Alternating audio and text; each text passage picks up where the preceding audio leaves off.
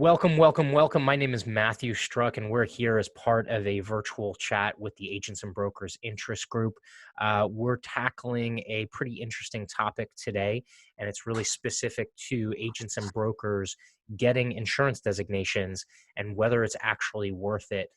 This is a conversation that's happened within the industry for the last 20 or 30 years with opinions on both sides of it. So obviously you're going to be getting a very I'll say somewhat of a one-sided opinion on our side, but we feel that there's a lot of folks out there that are taking the contra view, and for various reasons. Maybe it's they have a unique perspective or a unique situation, but we definitely wanted to give what we feel is a strong endorsement here for the pursuit of insurance designations by agents and brokers.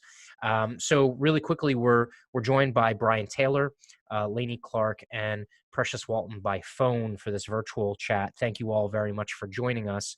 I wanted to start off by kicking it to Brian as the chair right now of the Agents and Brokers Interest Group at the CPCU Society. And I just wanted to start off with a question. What designation or designations do you currently hold? And what do you feel was the professional impact that those had for you? Well, thank you, Matt. I have two designations or degrees, if you will. Of course, I have my CPCU designation, but I also have an MBA. And I think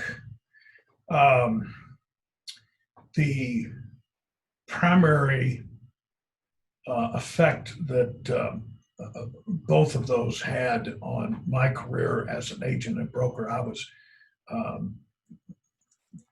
for most of the time that I was on the agent and broker side, I was in commercial sales, even went into international. And I would say that the biggest plus for me from the CPCU and then later the MBA was that it helped me understand the complexities of, first of all, clients and potential clients, because I always felt like I had to understand their business before I could help them understand what I did. Right. And it was always a deep dive for me, and the CPCU designation and the MBA helped me understand the entire environment and context within which those clients were working or potential clients were working, and it equipped me better equipped me to point out the various techniques of risk management and what the various components of each one of those techniques was and how it would apply to them specifically. Awesome. Thank you. And let me kick it to Precious. So Precious, what designations do you have and what kind of impact do you think it made on your life professionally? Thank you. So I have 6 designations at present. I am a right. I'm a CPCU, of course. Awesome. I recently obtained a designation through IRMI, the TRIP, which is a Transportation Risk Insurance Professional. Awesome. I hold the AIC, and I guess I feel like each of these is almost a badge and a testament to part of the the journey inside of insurance, and they were most applicable when I was in that space. So I did serve in claims for a number of years, which is where I picked up the AIC, which is the Associate in Claims. Also hold the AINS, which is Associate in General Insurance, AIS, which is Associate in Insurance Services, and then the ACS, which is actually a LOMA designation. So that one is the Associate in Customer Service. I have to look on the wall to read what these are these days. And very much similar to Brian's experience, I think that being well-rounded and well-versed in insurance is an asset not only to the clients that you represent, because when we have risk analysis and discuss with them the different exposures and different, things when we talk about everything that can go wrong Hmm. and what we need to do to prepare for that. But then it also gives me a little bit of leverage even with the markets that I write for. Okay. Because as an independent, if I have a submission, if there's questions or concerns, I'm able to speak very knowledgeably with the underwriter and Hmm. say, hey, look, I get it. Came from the same background you did. I understand your playbook. These are the reasons why I would support giving this a chance. And maybe we can talk about debits, credits, and things like that. So it really kind of gives me that, I joke all the time about being an underwriter's broker, you Hmm. know, Yeah. that I write the business, but I pre-underwrite it pretty thoroughly because I can anticipate what their concerns are going to be, when it crosses their desk.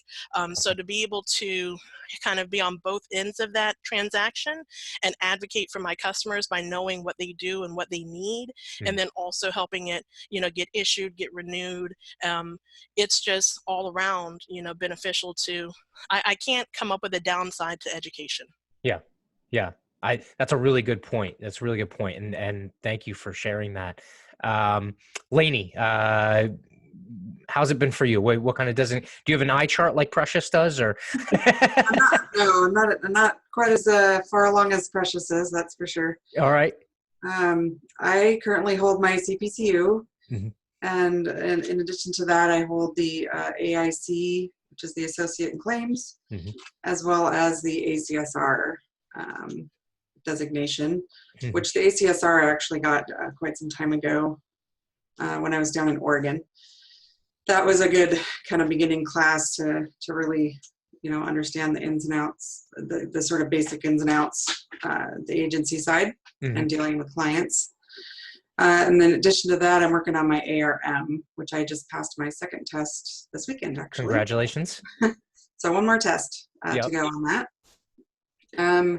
I really feel like, the value added to me, probably the biggest value add is the network that it gets me of just people who are leaders in the industry, who are very good examples of, how to be a mentor, and really, how to lead and lead the way with ideas and thoughts and processes.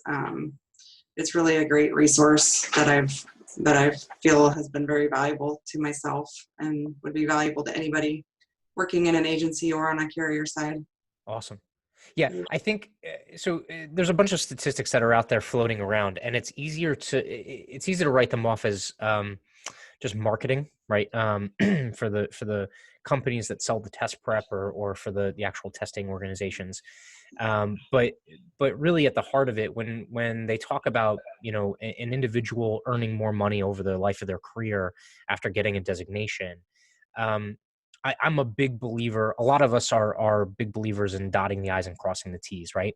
And the one thing I always find myself asking, especially in the current environment that we're in with a pandemic and with basically unrest based off of social issues such as race issues and equality and equity issues throughout this country.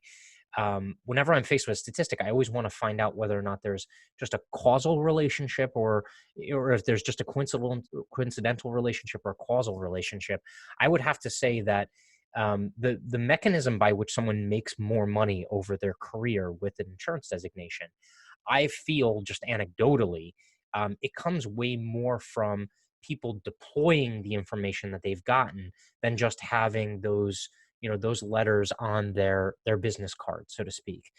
It's not just acquiring the information or being able to regurgitate on a test, but it's being able to put it back into practice, right?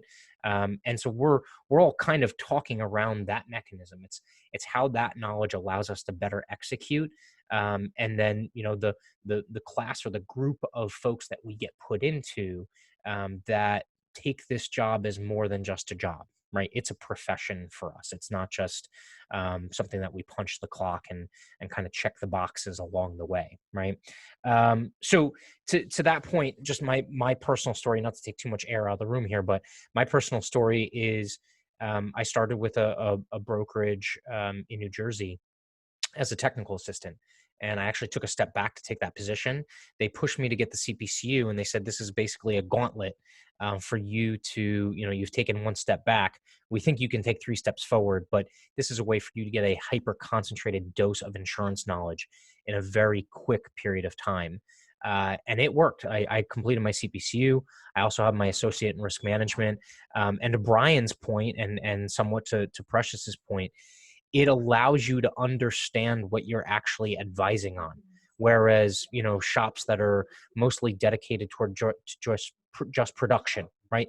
It's not just a sales environment with insurance. In some shops, it is just a sales environment, but in most, this is a relationship business. It's a consultative business, and having that knowledge and that acumen goes a long way towards helping me. So much so that I've been able to start my own insurance agency. And I fully intend in the future to advocate for my sales staff that come on board to educate themselves in the same way and deploy that information. To kind of further that point, Precious, you're operating as a VP of sales right now. Is it going to be your MO to really advocate for your sales staff to, educate themselves and acquire some designations along the way? Absolutely. Currently, the agency that I work with, we are a transportation focused agency, and so transportation and logistics is, one of these hyper niches, even beyond just being commercial.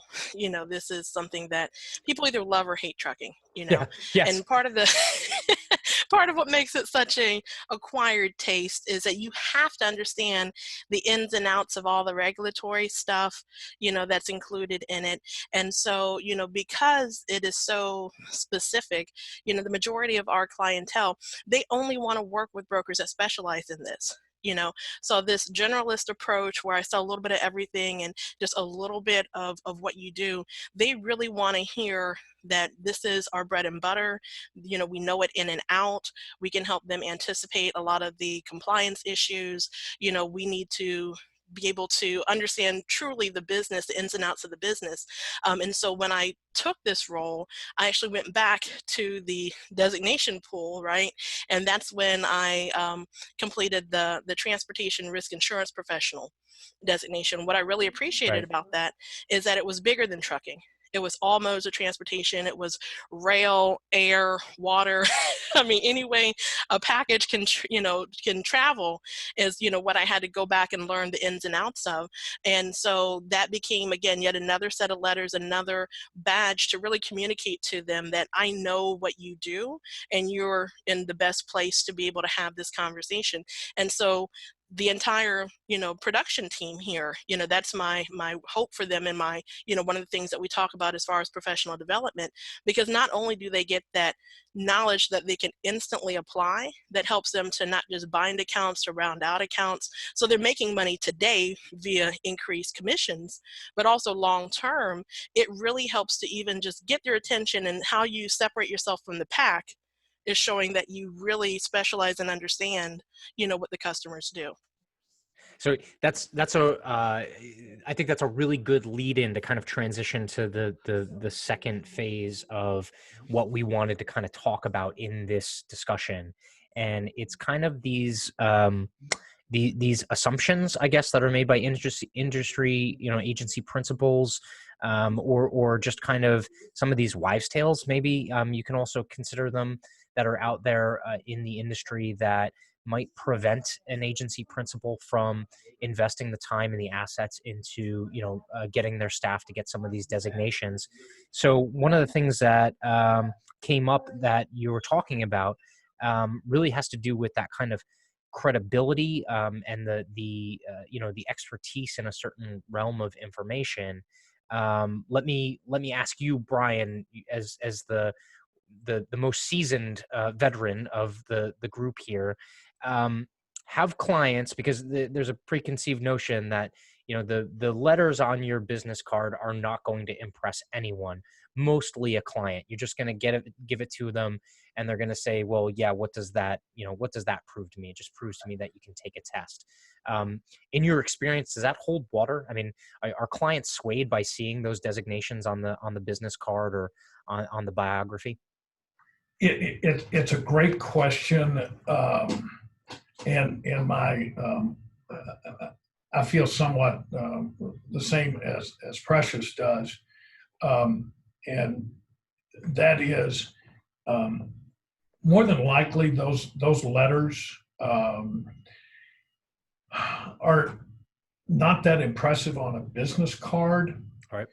Um, Typically, I would use them, especially with a new client or a potential client. Use them as a conversation starter. You know, once I had learned what kept the client awake at night, and how we might be able to help. Then I would use it as a conversation starter from the standpoint of, okay, well, I see several things here besides risk and insurance. There's legal issues here, there's finance issues here, and we really need to bring those folks into the conversation, because what they have to say, what they have to think is going to have an impact on what we're able to do in terms of insurance and the various risk management techniques. Right. I can tell you that when I first started out, I had an agency principal when I applied to get my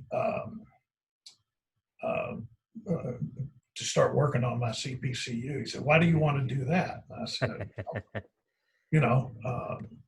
it's going to give me a jump start on insurance information and insurance learning and whatnot. Mm-hmm. He said, "Well, what do the letters CPCU stand for?" Oh, goodness. And I said, what do you think they stand for? And he said, "Personally, I think they stand for can't produce, can't underwrite." Mm-hmm. And so fortunately, the principal of the agency changed, and the next one came in with a real appreciation for what it could do for their salespeople, Mm-hmm. sales and marketing and customer service people. But I don't know that attitude is widespread anymore. Mm-hmm. But I think the older the agency principals are, the more likely you are to hear that kind of pejorative. So who knows at this point? Yeah, that's an interesting point. It's so I think and this virtual chat was really kind of precipitated because Precious had brought up this point in one of our leadership meetings. It was that that sentiment it's by and far not ubiquitous, right? But it just goes to show you how some people can kind of like flippantly overlook the value that's inherent in not just the CPCU, but any insurance designation that's out there, right?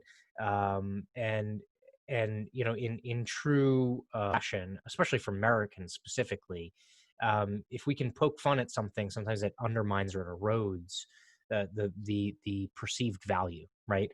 To that point, I think that there's I think that there is a problem with the perceived value of some of these designations that are out there in the marketplace. Some people have actually gone as far as to say that the designation is just a perceived value and that there's no underlying follow through in terms of what's actually behind it. I'll kick this one over to Lanie because you talked about the people that you get connected with and kind of those professional connections that say a society that goes along with that designation provides you. What kind of value have you seen in that in terms of who you got connected to, and kind of what makes them tick or what makes them up, and really what kind of impact that had on your professional development or your professional career? So, one of the primary people that I think has influenced me quite a bit, and many people I'm sure, is Mike Caselny. He gives his class I've gone to his class at the leadership conference, I believe. Just, how to really be a calm, true leader that encourages people rather than brings them down. Mm-hmm. It's just helped me significantly. I don't know if I could come up with anything specific right off the hand, but, just really being that encouraging voice to people from any angle, really, even if you're not their direct mentor. Yeah. Encourage them to take strides. Let me ask you this question. So when you're in a room with CPCUs, whether it's a chapter meeting or a bigger national annual meeting or a leadership summit, what sense do you get from the people in the room? Are they people that are kind of like, they fill a role and that's why they're successful in the industry? Or do you get some other sense of those people that are around you? I would say that the people in general that I run into and hang out, at chapter meetings or lunches, etc., are definitely just a little bit different level. They usually want to make sure they're doing it right. Mm-hmm. They want to make sure they're doing it ethically, they're doing it correctly, and doing things that help our clients ultimately, which should be everybody's goal. Yep. But unfortunately, some people, like you said, are just filling a seat instead and figure, if they get something processed in a day, they've done their job, instead of going outside the box and making sure that they've also, addressed maybe concerns the client hasn't thought of. Yeah. Yeah. I think that's a really good point. And what the special sauce here is, I think a lot of people either gloss over it or, the adage that, new business or new closed business, heals all wounds, right? It really doesn't though, right? Because I've worked for a handful of brokers now, and the couple of times when you really needed a turnaround, the turnaround started with retention. It didn't start with new sales, right?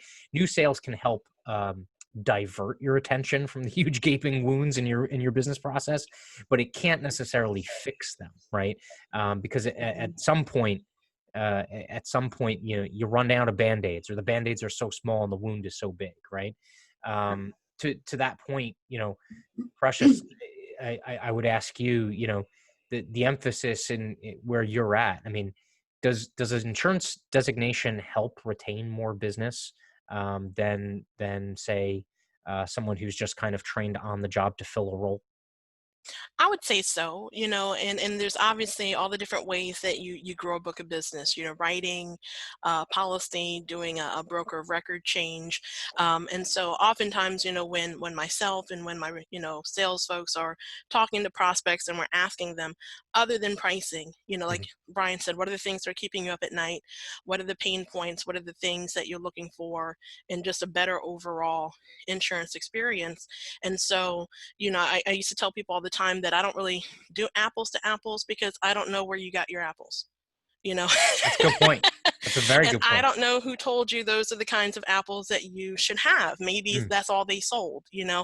And so my job is to really walk you through, look at what you have, and really kind of challenge the notion of, when you pick this number, was that just an arbitrary number? Did you see it somewhere? Did you truly dig into it? Do you really understand that there is no correlation between the value of your property and the kind of damage it can inflict? Right.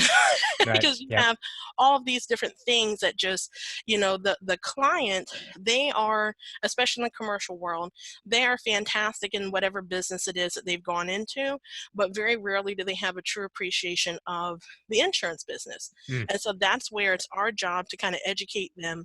And there's usually a point in the conversation, especially if someone's already in business and if I'm competing to, win someone over, where I tell them, the fact that I'm telling you for the first time, if you have more than 2 aha moments on the phone with me, that tells me that you have an agent but you lack a relationship. Yeah. Yep. Because somewhere along the line, they either didn't take the time to explain it to you, or you didn't have the comfort level to ask. So the letters, to everyone's point, on a business card, on a piece of email that I send, it almost reads like back in the day when we used to try to decipher license plates. Okay. Yeah. The general public has no idea what the string of letters is, right? Right. It's kind of like when I go to the doctor's office and I'm staring at all the stuff on the wall and I'm seeing all these lovely letters, and I'm like, okay, that just means hopefully they had tons of education and can figure out what's wrong with me. The client doesn't care just because there are 42 characters on my signature. Right. They don't care. What they care is, how does all of that stuff, what's my benefit? What does that mean to me? And so when I'm able to tell them that, as a fill in the blank, pick any of those letters, Mhm. I'm able to, share with you, especially the claims experience. I've Yeah, seen on the back end, when trying to cut this corner just leads to a very poor customer experience. right. And so I'm just going to encourage you, as right now, I get it, we're trying to get this premium whittled down, but it's rarely worth it, right? And so when you can tell them stories from the field, and you can tell them stories from, whether it be, case law that you follow, or whatever the case is, I think that the overall perception is that this isn't just someone who has fulfilled their mandatory requirement to stay legal. This Hmm. is someone who has invested very heavily into knowing the space. And so this is someone that I want to work with. Awesome. Awesome. Yeah, I think I'm gonna kick this over to Brian with kind of taking and building off of something that you mentioned, Precious. It's um, you and now Brian and Lanie have all talked about, you're executing on your job, on your value proposition for your clients, on more than just price, right? I think what a lot of people don't understand is, you can take an insurance policy and just gut the hell out of it and sell someone something that's cheap, right? My late my late aunt used to buy expensive jeans. All right. And people would call her bougie for it. And she would pay up for that and scrimp and save in other places so that she could buy expensive jeans. And everyone would always ask her, why do you buy expensive jeans and then, go buy, cheap t-shirts or something like that? And she would say, because if I buy quality, it's going to last. Right. And jeans take a beating. I can buy another, cheap piece, t-shirt in order to replace with it, but I want the nice pair of jeans because it's actually going to last. The same thing applies to insurance. It's whether or not you're buying a quality product or you're not. So to Brian, and maybe you can expand on this, you had a career that spanned a number of years. Was selling on price a really good business model, or did you ever see it work out more often than, say, someone who sold on value and really prized that consultative relationship, like Precious was talking about? I think the answer to the question is, I saw much more in terms of value selling than price selling. That's interesting. Okay. Uh, uh, a but that's because, we plowed the ground. We made the field ready, so to speak. Mhm. And I think the big issue is, if you sell on price, you're going to lose on price. Mm. You said something a little while ago about most turnarounds start with retention. During the Battle of the Bulge, George Patton was criticized for not pulling some of his third division back to regroup. And he said, I don't believe in paying for the same real estate twice. Um, the I think when you sell on value and you educate the customer and you show them what the practical application of all those letters behind your name, Mhm. you're going to be able to sell on value. And if you sell on value, you're going to increase your retention, and you're going to insulate yourself, I think, to a large extent, to your competition who is less well prepared. Right. I would look at, everybody talks about features and benefits. Well, everybody wants to talk about features, but the only thing the customer is interested in, what's in it for me? What's the benefit? Yeah. What does it translate to? Yep. Yeah, I would say, the letters behind your name are the features, you've got to sell the customer on the benefits for them of that education and experience and training that you've had, in terms of putting it directly to use on their challenging risk management issues. That's powerful. I completely agree with that, because I think what the diminutive conversation that happens with insurance designations is it results from the improper assumption that just because you get the designation, all of a sudden you're going to turn into this rock star employee, right? And it spans the entire life cycle of that, right? Just because you allow your employee to go after the designation doesn't mean that they're going to get it in the first place, right? You have to nurture that person through the process, and you have to make sure what you're communicating, what's expected of them, right? I think there's some, forgive my language, but I think there's some half-assery in not just the insurance industry, every industry, but specific to the insurance industry when it comes to certain designations. Companies feel like it begins and ends with, well, here's the money for the books. You study yourself, take the test, you pass it. Maybe we'll give you a little extra money on the back end or a bump in your pay grade or whatever. And they feel like, all right, I've done my duty in terms of the professional development of this individual, when truthfully you've done essentially the bare minimum. Right. The what really should be done in that process is that nurturing process that has mentorship involved. It has an open stream of communication that makes that person understand, that employee understand why they're getting the designation. What's the expected outcome after they acquire that knowledge. Right. And as the employer, you're just going to allow them to acquire that knowledge and then sit at the desk and do the same damn job that they were doing before they got the designation. That makes absolutely no sense. Right. And I think we get that. But I think that the conversations a lot of times that get put out there into, what used to be, phone conversations and cocktail hour conversations and is YouTube conversations and podcast conversations is, oh, well, just let them get the designation. It keeps them happy, but you're really not going to see anything on the tail end of it, right? Which is completely wrong. That's like that you are throwing good money after bad. You're paying for the same real estate twice or multiple times on that one, right? So let me kind of transition a little bit, get off my soapbox and transition a little bit to another thought process here. And it has to do with the idea of a designation in the realm of this conversation that we're having with equality and with equity in this country. Okay.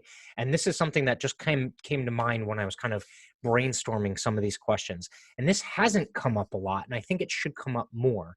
But this idea that designation processes within the insurance industry actually provide for an opportunity for more equity and equality within the industry, because you can get a designation that's fairly targeted to the industry that you're in, and perhaps fairly targeted to the client base that you're working on or the job role that you have.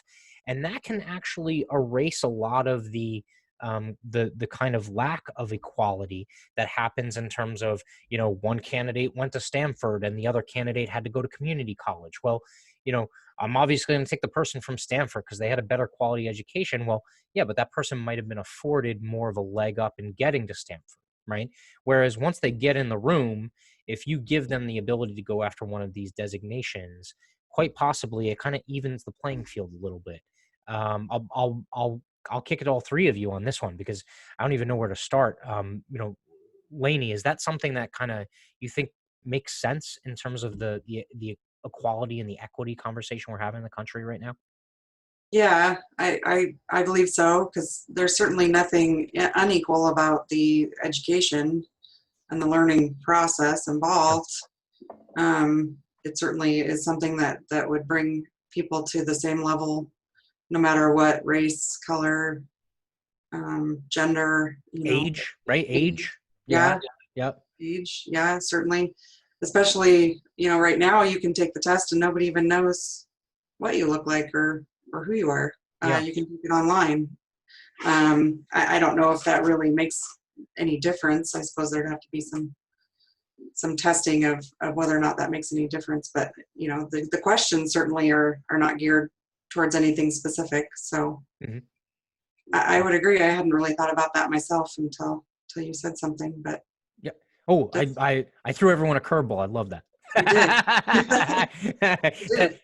Just so everyone knows, this isn't scripted. So this is the evidence right here. For sure. What do you think, Precious? I mean, does that argument kind of like make sense? Yeah, this is one of those things that I really enjoy about, for specifically the CPCU, right? And so, I kind of coach people through and talk to people all the time about, my journey, how I went about doing it, and oftentimes, for example, there's a candidate that I'm kind of walking through right now, Mhm. and he's kind of stalled out. Right, he decided to take the commercial route and is just really wrestling with some of the commercial electives.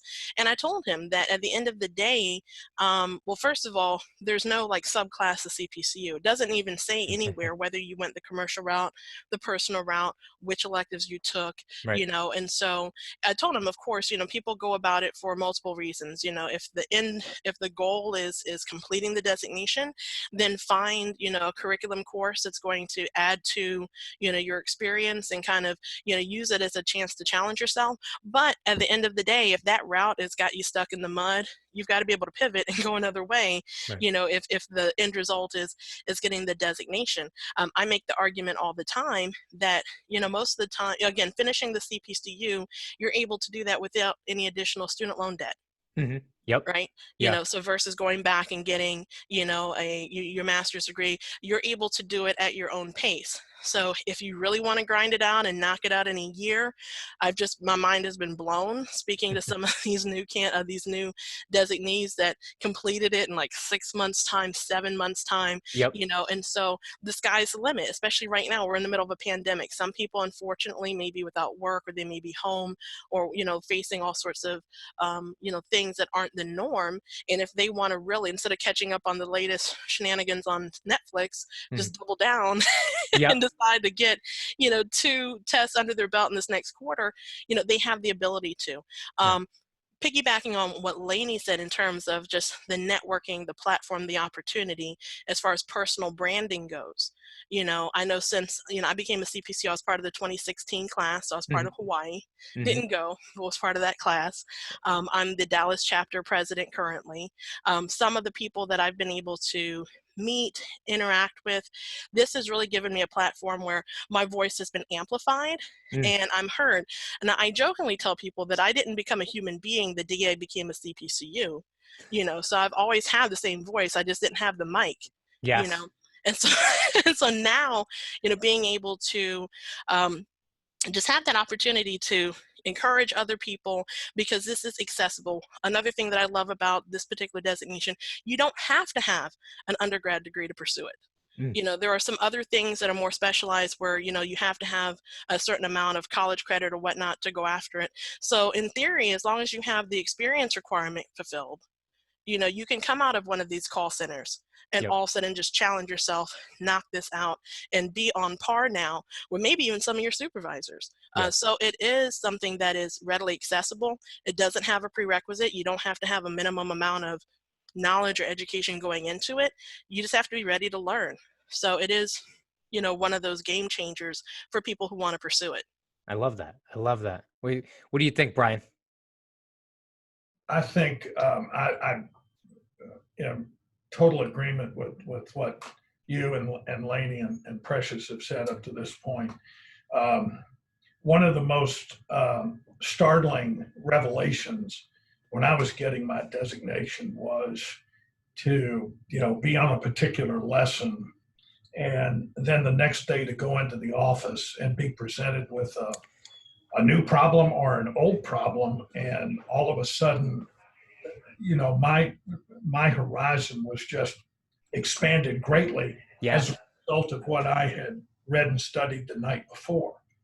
And I think it's the ultimate leveler, quite frankly, in terms of opportunity for all the reasons that were pointed out. You can go after it. You don't have to have prerequisites. You don't have to go through an admission process and all of this. And anybody that is, if anybody that wants to further their career couldn't take a better step than going after a designation. Now, I'm personally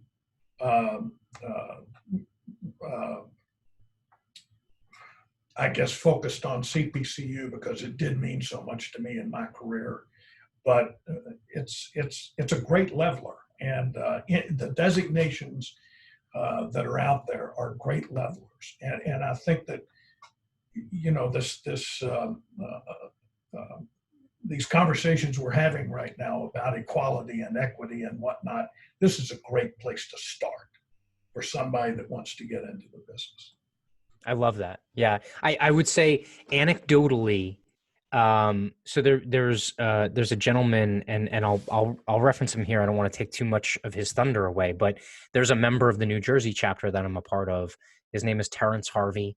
He's on LinkedIn, so anyone who listens or watches this, you can look him up on LinkedIn. But Terrence legitimately has one of those like mailroom stories where he started literally in the mailroom, and worked his way up through the organization that he's in. And part of that journey, one of the more recent parts of that journey, has been him getting his CPCU, and he's since taken that momentum, and now he's gone on to get another designation, and then I think he's probably going to get a third or a fourth, just to kind of broaden his knowledge base.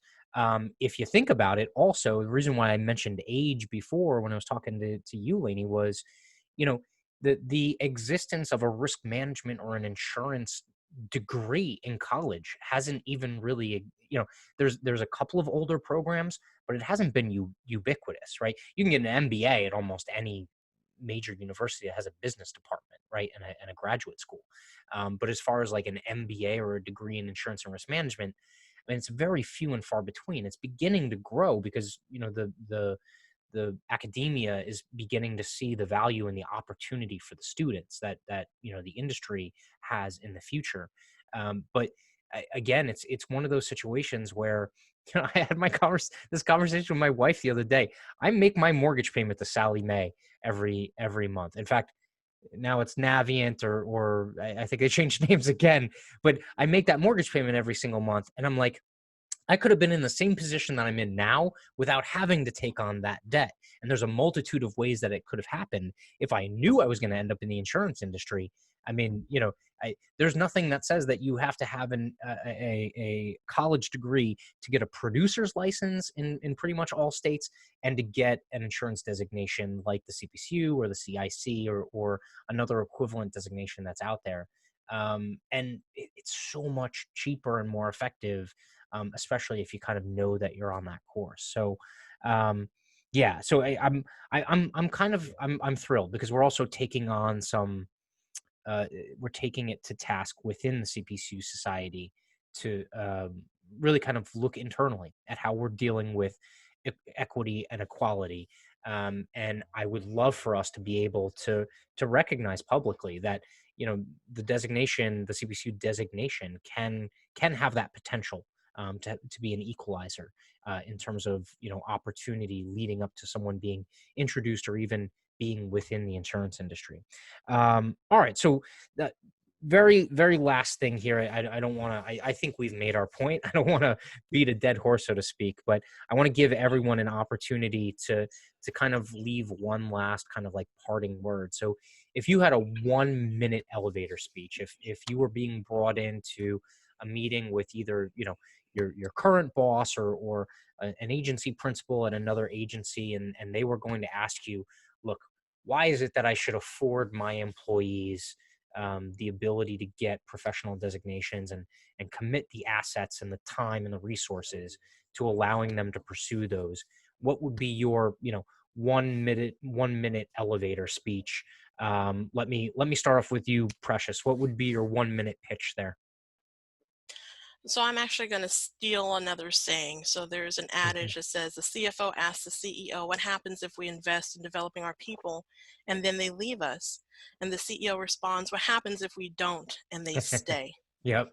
And so I think that's very similar in this environment, that, we need to invest in not just the knowledge and the experience, but really and truly, I have again, it's my theory that you ought to leave a place better than you came.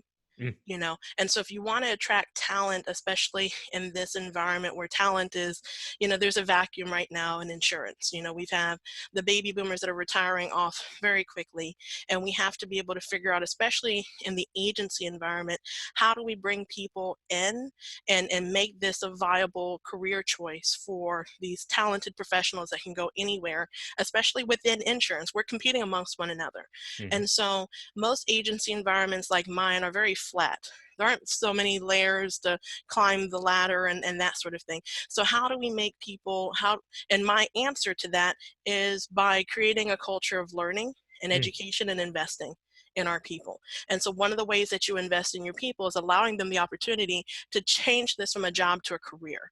So especially if you have new people in your agency who are just kind of dipping their toe into the pool, they don't know if this is where they want to stay, if this is where they want to be, encourage them to do a deeper dive. And these designations are the best way to really turn it around and get them to commit. Because my experience has been most of the time, once you have secured a designation in the industry, you're here. This is it. This is home. Awesome. So, create that environment. Yeah. And in the present environment, we mentioned retention in terms of, keeping your book of business going. That's huge right now, right? Like everyone's on lockdown. Some businesses won't even reopen their doors. Every piece of business that you can retain is important. The same is true of your employees. If you can retain an employee, I don't think I have to pound the pulpit on the cost of employee turnover, right? But nowadays, if you find yourself having to train a lot of employees from the ground up, retention is key, because even more so now, you're going to have to invest those assets into training someone from the ground up, or risk overpaying for someone to fill a spot, because like you said, there's still a high demand for skilled people within this industry, and there is a gradually diminishing number on the supply side that can fill those spots, just kind of plug and play. So that's your opportunity there. If you're currently listening to this and you're an insurance professional, you're looking to expand your marketability, you should, hopefully you've made it this far into the recording, but that's your professional career right there, is a designation. So Lanie, what are your thoughts? What would be your 1 minute elevator speech? Well, to expand on what Precious said and further on the employee retention, the other thing that can come out of these designations is learning that you like something different. Maybe you've been doing commercial underwriting and you want to get into loss control or claims or anything along those lines. Certainly taking some of these classes will show you what that involves to some extent. And so rounding out an employee, I don't touch claims a lot, but just knowing about it helps me to understand and relate to, how that ties into the coverage that I sell them every day. So. Awesome. Yeah. I love that. I love that answer. Mm. I love Yeah. that answer. What about you, Brian? What would be your elevator pitch here? I think it would be that if you make your people better, your organization, if you help and support your people in being better at what they do, then your organization is going to be better. And for all of the reasons that Precious and Lanie and you, Matt, have already described, if your organization gets better, your bottom line is going to get better. And this is not just throw money at it. You need to set this up as a process that assures your people will get the support they need, and then once they earn the designation, the support they need in order to expand what they're doing and make yours a better organization. I love that. So there you go. Anyone who's watching this who's an agency principal, there's your 3 minutes that kind of distilled this down, I think, into an extremely powerful message. If I had one thing to say at the end here, it's to echo something we talked about earlier. For me, I'm always going to take what I learn and try and deploy it. That's not necessarily a problem for me as a personal issue. the value that I got out of the designation process and out of the actual professional association on the back end of it is the people. It's always the people. Because when you get into a room with, 4 people like are on this virtual chat, okay, these aren't people that are sitting on their hands and just, they punch the clock and they figure out, just what they have to do in order to get by and not get fired at the end of the day. Okay. These are people that have materially changed things. To Precious's point, you leave things better than you found it, right? Brian had an entire career within the insurance industry, and I have no doubt that things are better for me and Lanie and Precious because he came before us and because he had a professional dedication to do that. And it's those people that when you get in the room, they're not sitting there talking about what each other gets paid. I've never had a conversation with another CPCU about what we're getting paid. What I have a conversation about is what's cutting edge, what's new, what's coming down the pike, what do we have to plan for, what's the new exciting insurtech that someone got the opportunity to work with. Those conversations happen every single day. But you know who they don't happen with? The people that are outside the group, right? It's the people that don't know what's going on inside. And so we're kind of lifting the veil to let you know that that is what's going on. And if you want to be part of the Cool Kids Club, you should definitely look into it. And if you're an agency principal, you should definitely let your employees look into it. I think the last thing I'm going to say is it's the Steve Jobs quote, and I'm going to butcher it, but I think I'll get the essence of it. We don't hire intelligent people and tell them what to do, right? We hire intelligent people so that they tell us what to do.